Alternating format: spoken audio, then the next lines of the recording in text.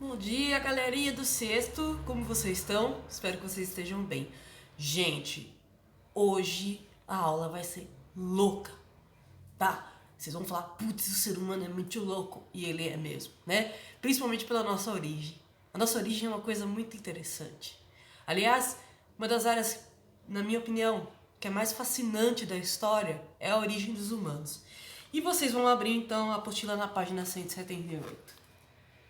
O que a gente vai ver são objetos criados pelos primeiros humanos, tá, meus queridos?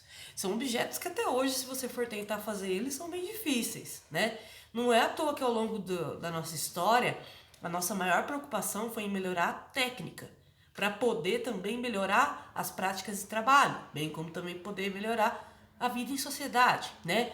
É claro que isso não é a única coisa que importa pra gente. Muitas coisas são importantes e que vão surgir nessa época também, né? Então, por exemplo, como que o ser humano desenvolveu uma língua?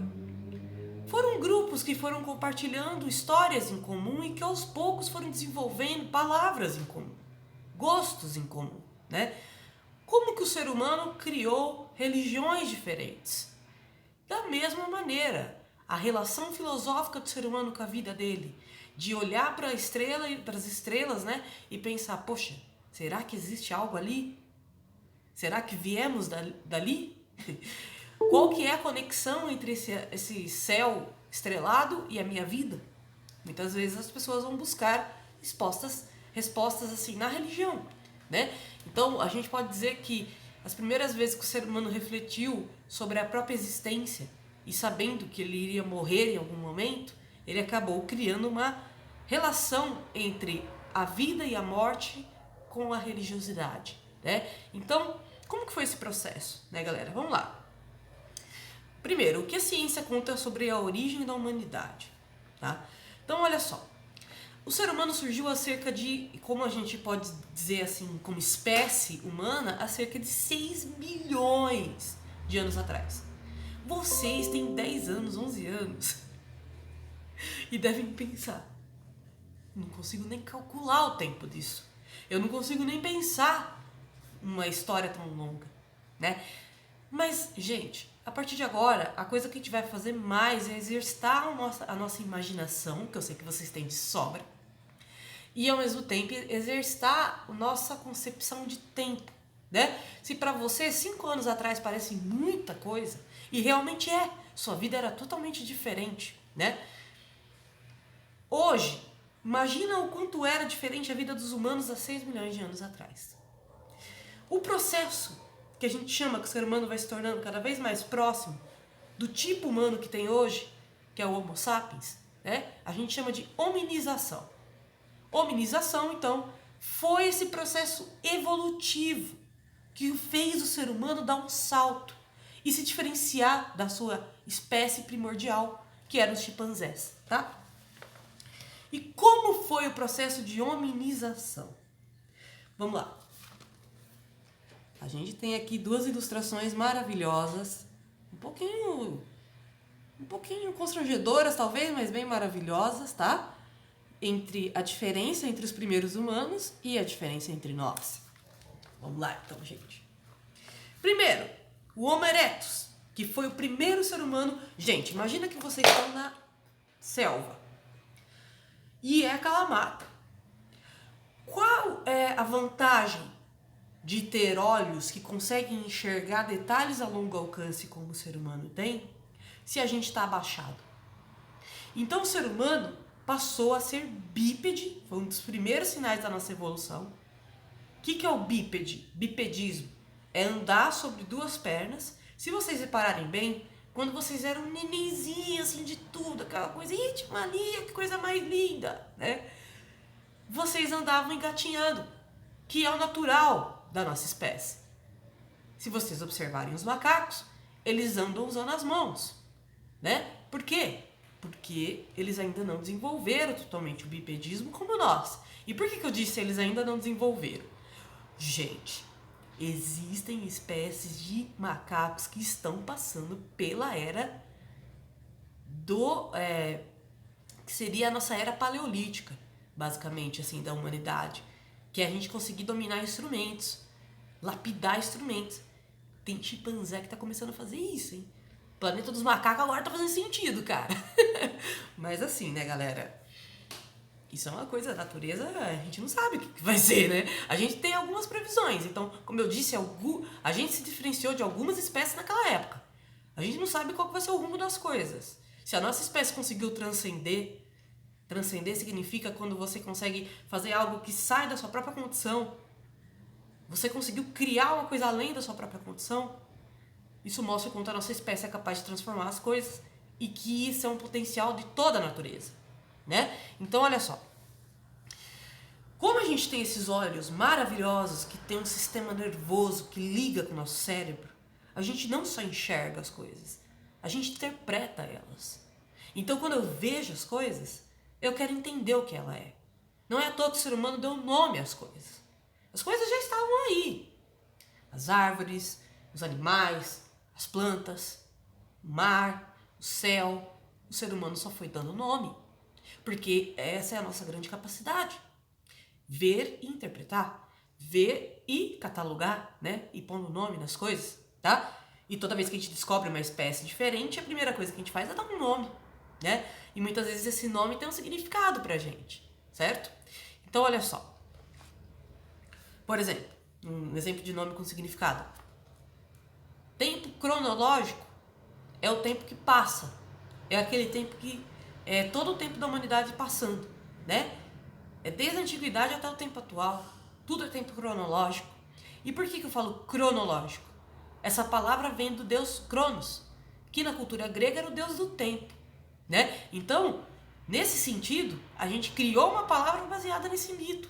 Por isso que é importante a gente estudar a história de toda a humanidade, bem como suas religiosidades, suas visões políticas, sua cultura, porque a gente entende mais sobre a nossa própria humanidade. A gente até hoje fala termos ligados a esses antigos, a esses seres humanos antigos, né? Mas vamos ver esse processo de hominização aqui, continuando.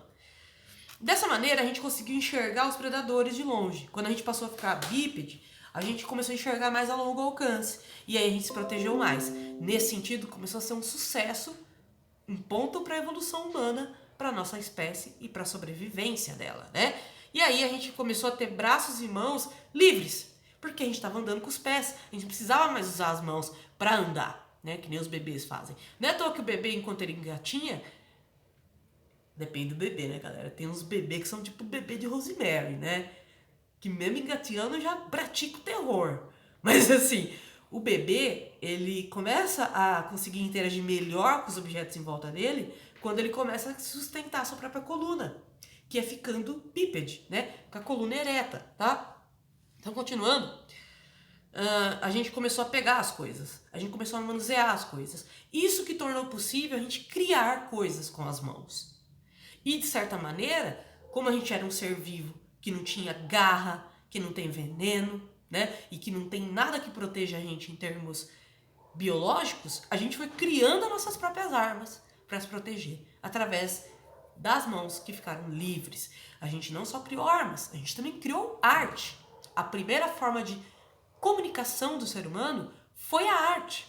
O que mostra o quanto a nossa relação com a arte não é só uma relação de entretenimento. Vou assistir uma série para me divertir, vou jogar um videogame ali, né? Vou desenhar. Não, a nossa ligação com a arte é uma ligação humana no sentido assim, o que nos torna humano é essa capacidade de tanto gostar, interpretar e absorver a arte como produzir. Todo ser humano é um artista, se for parar para pensar na evolução, né? Ou pelo menos tem potencial para ser um artista. Porque às vezes não é, né? Mas tem potencial para ser. Seja a área que for, né? Então, nossos dedos foram ficando longos e mais eficientes. Então, nossa mão era pequenininha antes, aí ela vai crescendo e vai ficando cada vez melhor, né? Nossa capacidade de coleta também vai aumentar, tá, galera? Muito importante. Porque a nossa capacidade de coletar as coisas também vai ser facilitada, né? Se a gente só conseguiu pescar, colher os frutos, plantar, porque a gente dominou, né? E se parar pra pensar, os outros animais, se eles tivessem consciência, eles iam olhar para essa capacidade de pegar as coisas como uma coisa muito incrível. Porque por mais que o seu cachorro consiga correr, ele é ágil, ele sente cheiro de longe, né? Ele tem o ouvido super apurado, ele não consegue pegar as coisas, né? E isso é uma super vantagem pra gente, tá bom? Inclusive pra pegar os bichinhos e ficar amassando na gente, né? E aí, pessoal, durante esse processo de evolução, o nosso maxilar, tô mostrando aqui, ó, tá? O maxilar é essa parte aqui, ó, da boca, tá? Ele muda, ó, tá dando pra ver? Ele muda, ele aumenta pra dentro aqui, né? Aqui ele era mais pra fora, aqui ele entra um pouco mais pra dentro. Você só ouve a sua própria voz por causa disso, porque a gente fez uma espécie de caixa de ressonância, de som dentro do nosso próprio esqueleto. Olha que loucura, né? E a gente não sabe até que ponto isso foi manipulado ou não, porque existem pesquisas sobre civilizações que tinham o crânio alongado. Todo mundo fala, meu Deus, é alienígena. Não, por incrível que pareça, eram crianças que logo que nasciam, eles iam enfaixando a cabeça da criança, porque o crânio da criança, essa parte aqui da cabeça, ele é bem molinho quando a criança nasce, né? E aí eles iam enfaixando e apertando, e a cabeça da pessoa esticava, alongava. O ser humano é doido, meninos e meninas. Vocês vão perceber isso cada vez mais, tá? Nas aulas de história. Então a gente não sabe se foi realmente um fator neurológico desenvolvido de maneira inconsciente da gente ou se foi um fator que talvez possa ter tido uma influência aí, né? Mas essa capacidade da gente falar e ouvir é a nossa capacidade de entender o som que está saindo da nossa boca. Foi a partir daí que a gente começou a fazer as primeiras formas de palavras, que antes eram grunhidos, eram mais sons que a gente emitia, né? Que muitas vezes era uma maneira de pedir ajuda. Imagina, você foi encurralado por um predador e a sua alcateia, né? O seu grupo tá longe de você. O que você vai fazer? Gritar. Mãe, vem me ajudar! Não, nessa época ainda não existe essa palavra, mas basicamente seria isso, né? Se pudesse ter a palavra, seria essa. Com essa mudança do nosso crânio, nosso cérebro também se expandiu. E o nosso cérebro foi se expandindo conforme a gente foi adquirindo conhecimento e técnica, né? A gente foi aprendendo a manusear as coisas, a percebê-las, a gente começou a ter uma emissão neurológica muito grande. O que isso significa? Meus queridos, dentro do nosso corpo tem um negócio chamado sistema nervoso. Ele começa aqui no nosso cérebro, né? Aqui é a parte central dele e se espalha pelo corpo inteiro. Não é à toa que você sente dor, né? Quando você bate seu dedinho lá na quina e você fala, nossa, parece que, né, quebrou o dedo, e na verdade você deu uma encostadinha e lembrou da existência do seu dedinho ali, né? Porque a gente até esquece da existência do dedinho. Ele fazia sentido quando a gente pegava as coisas com o pé. Mas como a gente não pega mais nada com o pé e usa o pé como forma de sustentação, ele não faz mais muito sentido pra gente. Então a gente esquece da existência dele literalmente e fica batendo o dedinho na quina das coisas porque a gente esquece, né? E aí, galera, a dor, muitas vezes a gente instintivamente emite um som quando a gente sente dor, que é aquele ai! Ou quando é muito bebezinho, o bebê grita, ele chora.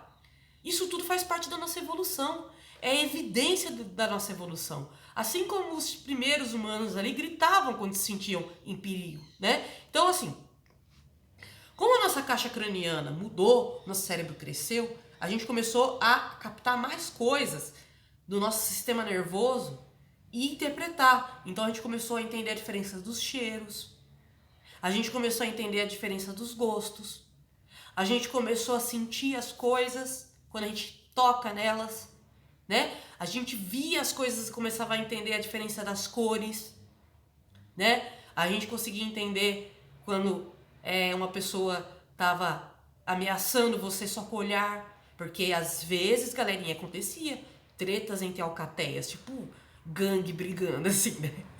E aí, só o jeito de olhar daquele humano já transmitia muitas vezes o que ele estava sentindo. Mas o mais comum não era acontecer as tretas, tá, meus queridos? Pelo contrário, era reconfortante para nós, enquanto seres humanos, ver outra pessoa. Não é à toa que a gente vê cara de ser humano em tudo. Então você fica lá no banheiro olhando muito tempo o azulejo do banheiro, você vê uma cara e sai correndo. Meu querido, não é uma assombração, é a sua super capacidade de enxergar um rosto humano, porque isso era uma maneira de sobrevivência. Quando uma alcateia via outro humano, ele sentiu tipo, que alívio, tem outras pessoas aqui como eu que podem proteger nós podem se proteger, né?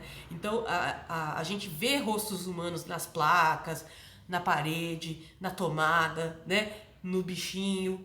É parte dessa humanização, essa nossa capacidade de tanto se proteger quando vê um ser humano se sentir protegido, quanto ao mesmo tempo de enxergar a humanidade nas coisas. Se você gosta do seu bicho, não é porque você gosta mais de bicho do que gente, como muita gente diz. É porque, na verdade, você vê ele como se fosse gente. Você consegue humanizar ele. Então você trata ele bem. Você gosta dele. Você acha ele engraçado. Você acha que ele faz as coisas de propósito. Às vezes você se pergunta se seu cachorro tá falando com você. Isso é normal. Coisa de ser humano. Que é doido, né? Como eu já falei. Então, com essa mudança do nosso crânio, nosso aparelho de cheiro, que é essa parte aqui que tanto a captação de cheiro, gosto, né? Quanto no caso de fala, né? De conseguir falar, ele vai mudar, tá? Esse aparelho fonador, como tá escrito na apostila de vocês. Nesse sentido, a gente vai conseguir emitir som, a gente vai conseguir sentir cheiro, a gente vai conseguir saber a diferença entre uma coisa que você tá ouvindo e uma coisa que você basicamente sabe identificar o que você tá ouvindo e não. Então você vai ouvir o predador dando o rugido dele, lá você vai saber que tem que zarpar dali, porque você sabe que aquilo pode ser uma situação de perigo. Então cada vez mais o cérebro vai assumindo uma característica na gente, galerinha, de predominância. Cada vez mais o nosso cérebro